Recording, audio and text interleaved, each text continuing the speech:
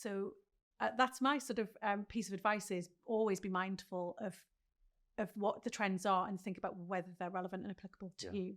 Having said that, there are definitely, particularly in this country, sort of undercurrents of things that are influencing the way that people are behaving.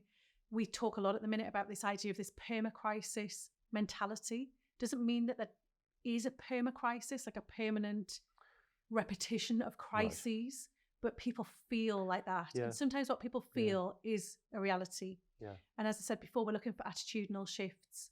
We're looking for things that trigger people's emotions. And, you know, we're hearing a lot of things about people. I heard this phrase the other day about somebody saying they'd been, what was the phrase? Something like they'd been on a sort of like news free almost for 12 months, as if it was like they'd sort of relinquished this. It was like they'd stepped away from an addiction. Right. And I thought, how interesting that someone's saying they've been news free for 12 months. In the same way that you might say you'd been alcohol free or you'd stopped smoking. So we're starting to see people distance themselves from or put a bit of distance between this constant news culture of global information that comes to our doorstep and our inbox and our screens every single day. So I think that is something to watch out for. I wonder how much we've had a decade and a bit of people being very actively involved in things like politics. Will people start to step back a little bit more from that if they're actually really switched off by the stress of it and the anxiety that some of it causes?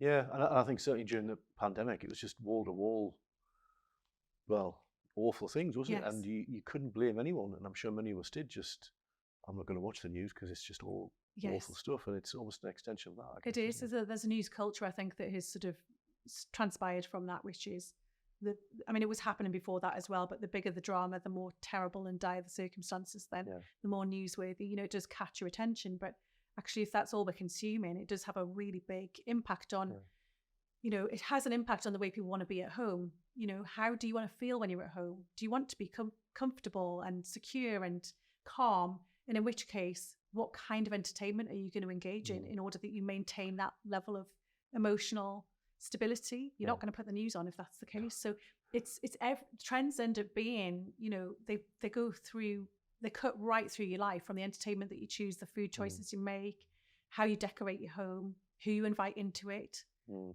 how you form the friendships, how you cohabit with other people. All of those things come under scrutiny, and they're shaped by all of the many things that happen in the world.